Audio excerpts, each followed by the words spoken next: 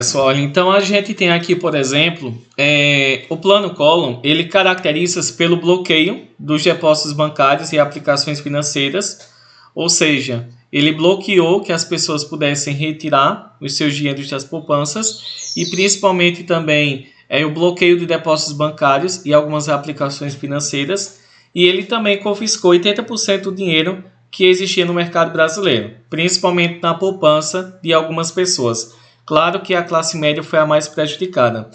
Ele extinguiu o Cruzado Novo e ele vai restabelecer no Brasil o chamado Cruzeiro. Então a gente vê que ele fez algumas mudanças. Vocês precisam memorizar para a avaliação de vocês, ok? Então a gente vê que ele deixou de utilizar o Cruzado para novamente utilizar o Cruzeiro.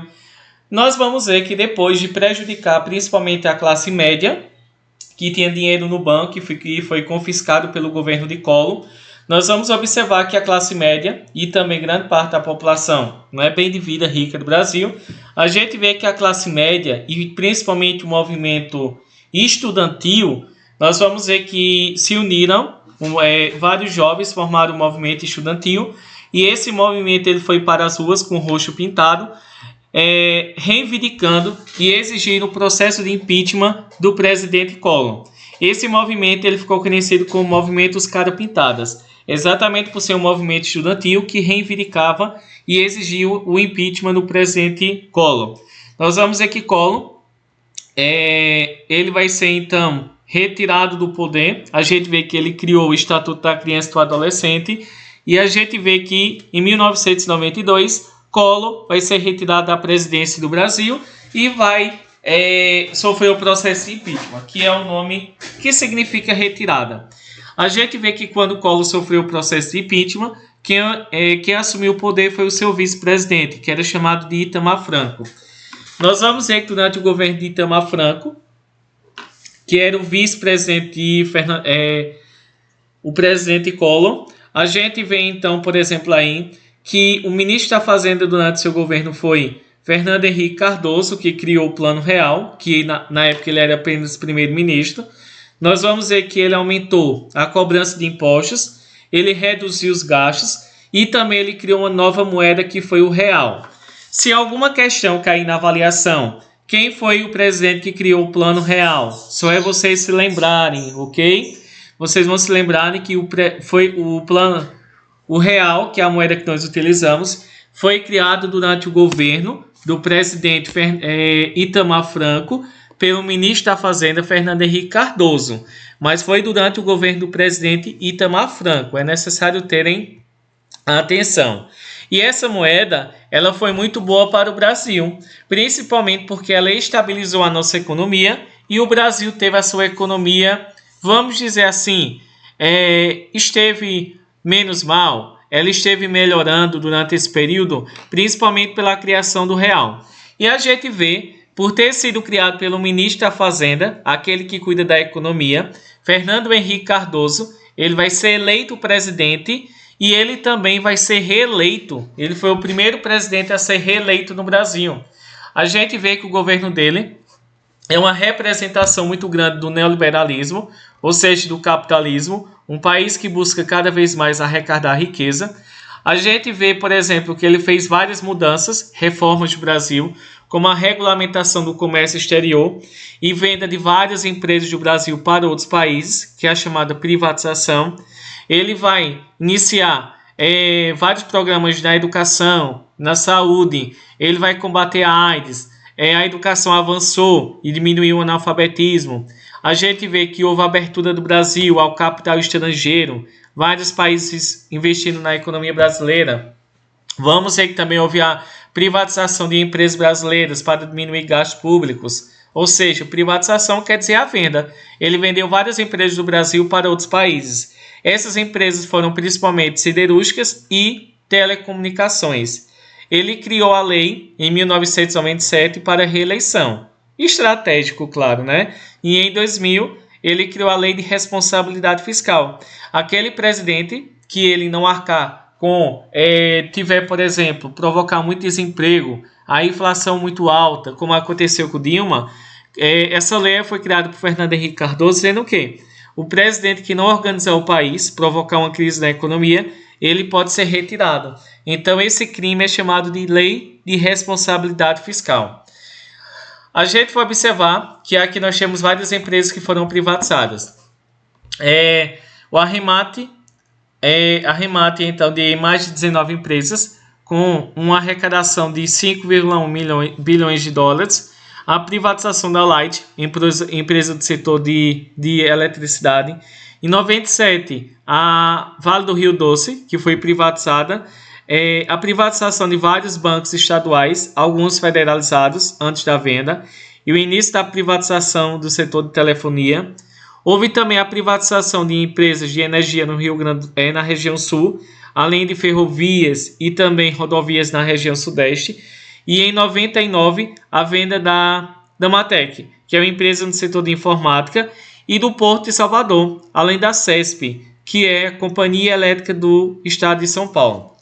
Então, pessoal, a gente vai observar que no início ele organizou a saúde, organizou a educação, só que com o passar do tempo, a gente vai observar que o governo de Fernando Henrique Cardoso, principalmente o seu segundo mandato, começou a passar por uma grande crise, a crise do fornecimento de energia. A gente vai observar que começou a faltar muita energia, a má distribuição de renda, muitas pessoas eram ricas e poucas pessoas eram ricas e muitas pessoas eram pobres. Pela má distribuição de riquezas. Existia um desemprego muito alto, a corrupção nas privatizações, que beneficiava apenas o seu governo, com a venda de empresas do Brasil para outros países, e também houve o crescimento da dívida externa e interna do Brasil. E a gente vê que em 2002 houve a eleição e Luiz Inácio Lula da Silva foi eleito presidente do Brasil. Depois de muita luta, perdeu para Collor, depois perdeu para Fernando Henrique Cardoso 2 vezes.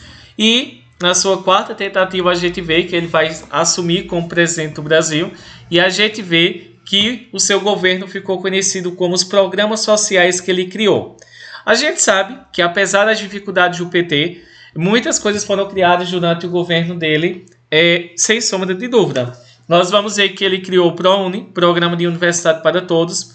Também foi criado programas sociais como Fome Zero, para erradicar a fome no Brasil. O Bolsa Família, beneficiado 11 milhões de famílias inicialmente. Programas de erradicação do trabalho infantil, que era o PET. Luz para Todos, foi criado em 2003 para levar energia elétrica a 10 milhões de pessoas. Houve também o Brasil Alfabetizado e a Educação de Jovens e Adultos, que é a chamada EJA, que ela foi criada para beneficiar a população. Temos também o ProUni, criado em 2004. O Programa Universidade para Todos tem um objetivo de permitir o acesso de jovens de baixa renda à educação superior, por meio da concessão de bolsas de estudo integrais ou parciais. A gente vai observar que em 2005 houve um problema que foi chamado mensalão. Não é?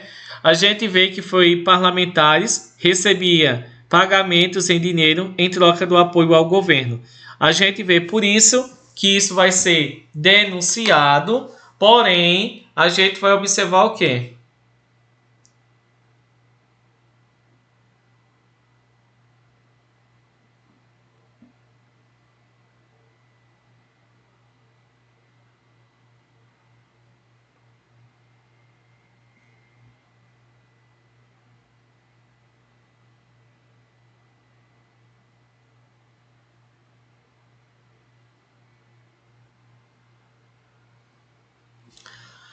Bom, pessoal, a gente vai observar então aí que o mensalão ele foi um escândalo de compra de votos que ameaçou derrubar o governo de Lula em 2005. A gente vai observar então a partir daí o que vai acontecer. A gente vê que houve todo esse escândalo dizendo que o governo de Lula estava comprando votos dos parlamentares para continuar no poder e assim permanecer com a maior parte dos deputados e senadores ao ser dando apoio a ele. E a gente vai observar que isso vai acontecer, mas apesar desse escândalo em 2005, dele estar pagando aos deputados mensalmente, por isso que é chamado de mensalão, a gente vai observar que ele não vai ser considerado culpado e ele consegue a reeleição. Assim, nós vamos ter que nós vamos ver então que em 2010, né, a gente vê que ele vai ser reeleito em 2006, governou até 2010, e a gente vê que em seguida, até o ano 2016, quem governou o Brasil foi a presidente Dilma, que também era do PT. A gente vai observar que a presidente Dilma, ela também criou vários programas que beneficiavam a população, como o Mais Médicos, o PAC, que é o Programa de Aceleração do Crescimento, Minha Casa Minha Vida, Ciência Sem Fronteira, que permite jovens passarem uma temporada em outros países estudando, a ampliação do FIES, que é o financiamento de uma educação. Uma pessoa estuda em escola particular, em uma universidade, a pessoa só começa a pagar quando ela termina, que vai ser o financiamento, ou apenas paga uma parte. E a gente vê que em 2016, depois de ser reeleita em 2014 ela foi reeleita, e a gente vê que 2 anos depois se iniciou um processo de impeachment, que é de retirada da presidência. A gente vê que ela vai sofrer o processo de impeachment por vários motivos. Primeiro, pelo crime de responsabilidade fiscal, que ela não cumpriu com a organização do país, manteve o Brasil endividado. Além do endividamento do Brasil, da economia brasileira, também tinha uma grande quantidade de desempregados. Também pelo desrespeito à lei orçamentária e da improbidade administrativa. É uma forma que a gente observa que ela então vai ser condenada então por esses 3 crimes: responsabilidade fiscal, de desrespeito à lei orçamentária, à economia, e o crime também de improbidade administrativa, por não saber administrar. Então a gente vê o crime de responsabilidade fiscal, de não estar organizando a economia, provocando o endividamento, uma grande quantidade de desempregados, não cumprindo a lei dos orçamentos, que estavam sendo gastados demais com as pedaladas fiscais, e a improbidade administrativa, que vai ser a má administração. Então é assim que a gente vê que Dilma vai sofrer o processo de impeachment em 2016. Então é assim que a gente finaliza o nosso conteúdo, então anual de história. Estudem, prestem atenção e boa sorte.